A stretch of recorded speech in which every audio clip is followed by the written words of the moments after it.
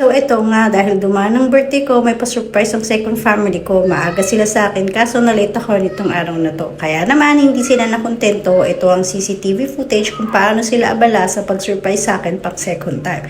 Ang gagaling, di ba? Kaya pala araw na ito, niyaya ako ng partner ko na gawin lahat ng mga gagawin ko.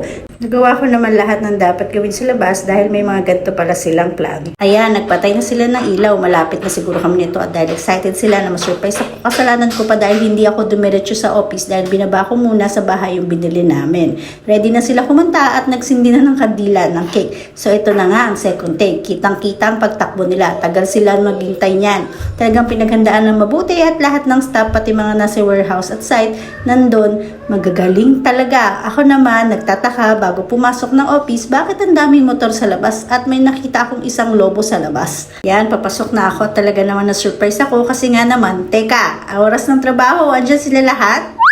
Pero talagang na-surprise ako dahil hindi ako nag-celebrate ng birthday ko simula nagtayo ako ng business dahil nakapokus ako sa pag-build at ang celebrate ko na palagi ay yung anniversary ng company.